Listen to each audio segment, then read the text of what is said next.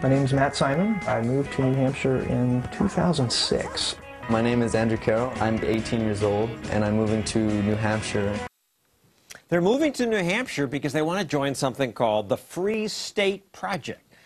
I could explain what that is, but instead I'll let Chris Lawless do it. He's the project spokesman. He joins us now with Christina Heller, who just made a movie about the Free State Project. So, Chris, what is it?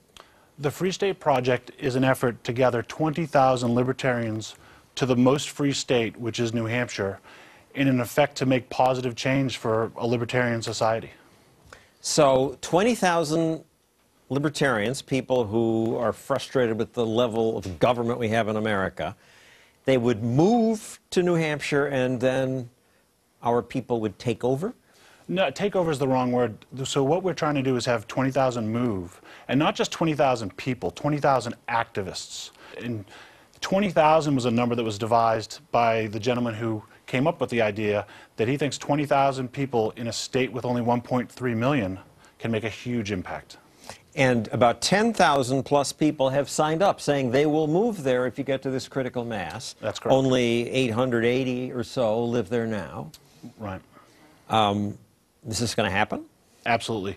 With only 800 odd people moving, we're already seeing huge impacts. Over 12 Free Staters have already been elected to the New Hampshire House. Dozens have been elected to local offices, and then others don't join. They join local groups, gun groups, pro-legalization of marijuana groups. You name the Liberty organization, Free Staters are joining natives and augmenting their ranks. And Christina, you were not a libertarian, but you made this movie about them. That's right. I was making short documentaries for Current TV during the New Hampshire primaries in 2007, 2008, and I discovered the Free State Project and made a short about it for Current TV. And afterwards, a lot of the Free State members sort of embraced me because they realized I wasn't going to make them look like lunatics. You know, I just wanted to portray them in a fair and honest way. And once I started learning more about the project, I was like, this is much, much more interesting and complex than I realized it warrants something more like a feature investigation. So let's play a few seconds of your documentary. The true believers are arriving weekly. There are people today, just like there have been throughout history, who are the sort of people who need a frontier. People have come up with ideals about how society should look, and yes, move for them. Onward to freedom!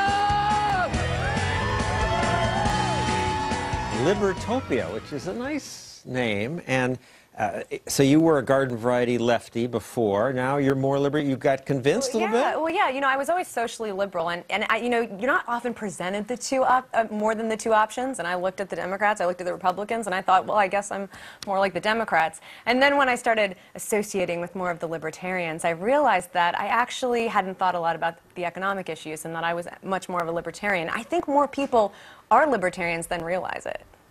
I hope so. And Chris, you were living in California. You moved. Absolutely. My wife and 2 children, we were in California. We'd actually just moved to San Francisco, and I heard about the Free State Project. And one thing that got me excited was libertarians doing something instead of talking about something. Now, New Hampshire. It's cold. I mean, why New Hampshire? Valley Forge was cold. So New Hampshire, we actually was a vote. When the project got to 5,000 signers, they took a vote of all the states with about 1 million population in that area, and New Hampshire You wanted won. a small enough state that you could have more influence. Absolutely, and New Hampshire has no income tax. It has no sales tax. It has great gun laws. It has a 400 state member legislative body.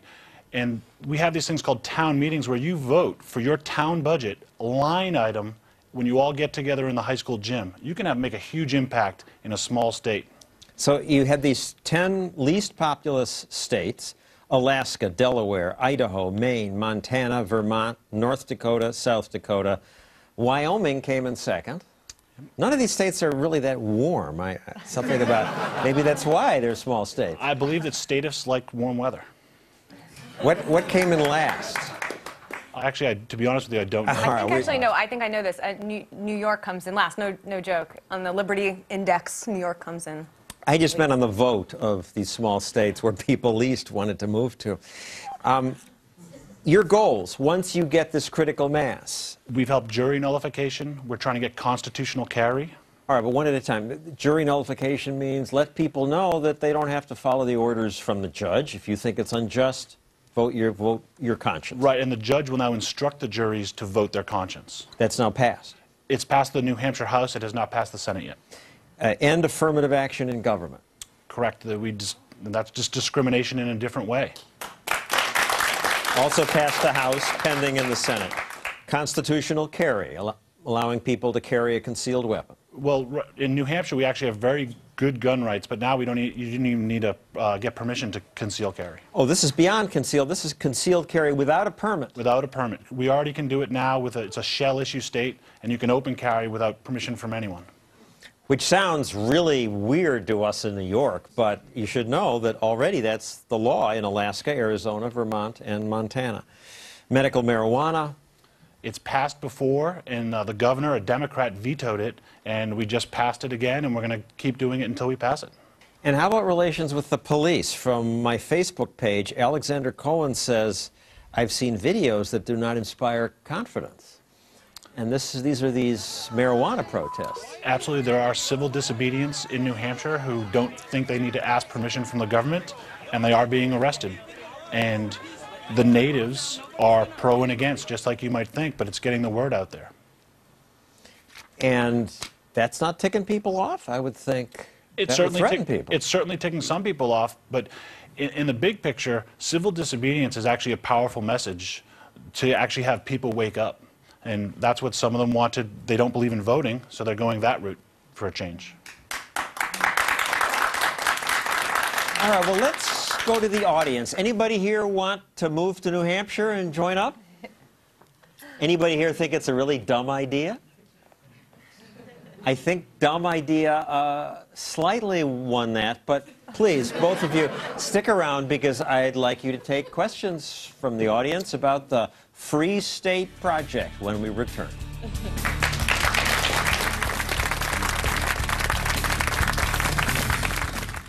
My name is Jason Sorens. They call me the founder. I wrote the article that started the Free State Project. The Free State Project.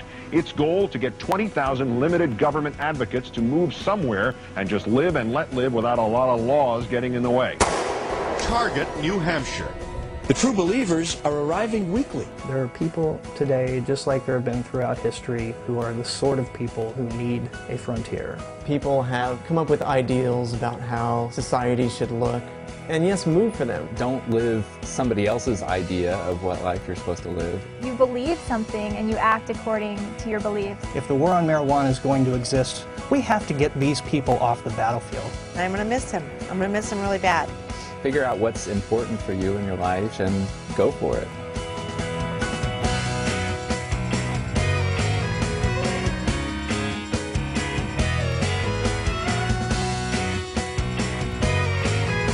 Onward to freedom!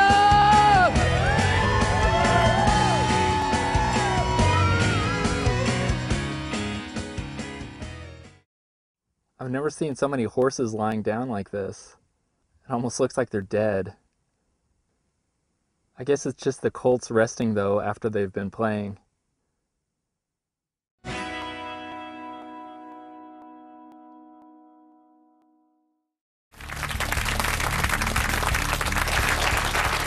We're back now to hear what the audience has to say about the Free State Project. Chris Lawless from the project is here, and Christina Heller, who did a documentary about the Free State Project. So, who's first? Very few of you want to join, but were you one? I'm a Free Stater myself, so I just wanted to ask you if you could talk a little bit about the social benefits. What do you mean you're free? You've signed up? I'm pledged. You live there? And moving within a year. Okay. Why? New York is, as Christina said, New York is the least free state in the union right now, and I'm sick of it. And I'm willing to give up urban amenities to taste more freedom.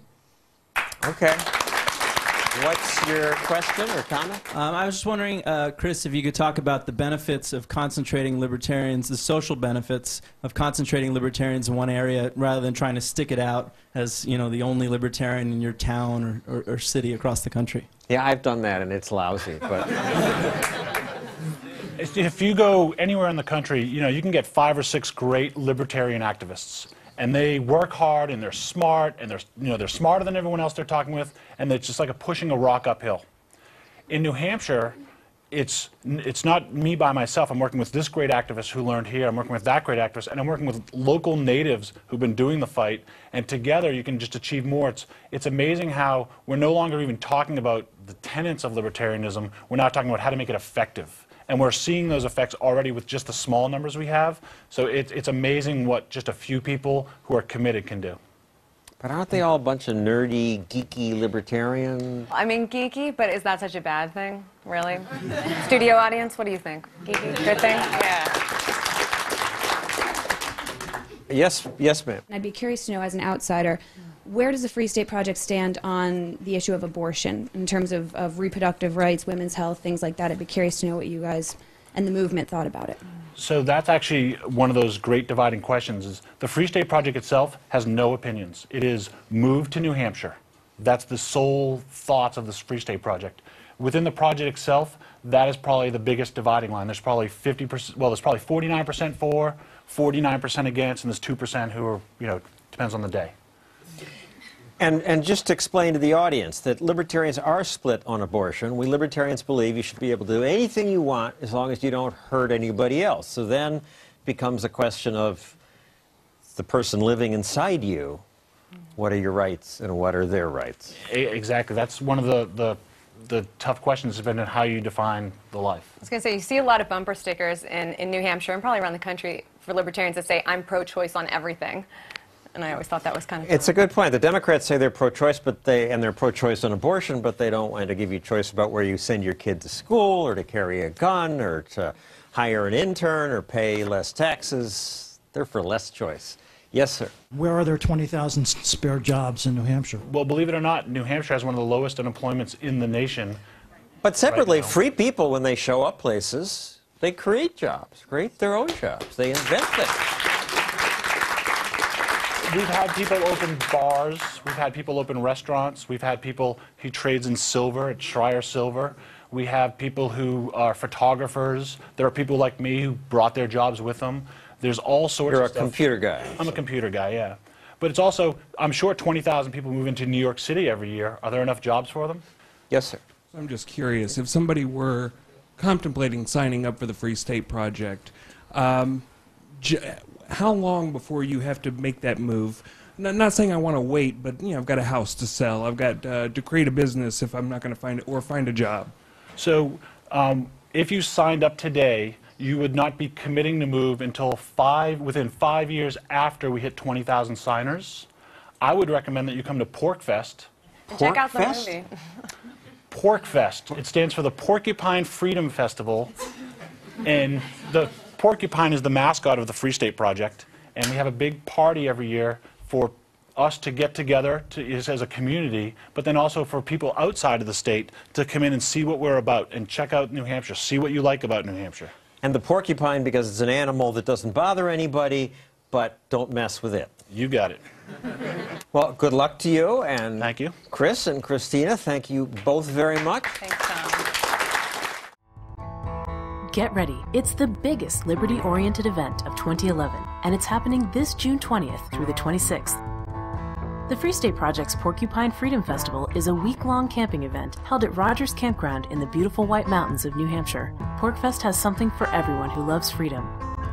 What are you waiting for? Be a part of the premier freedom event of 2011. Visit porcfest.com today.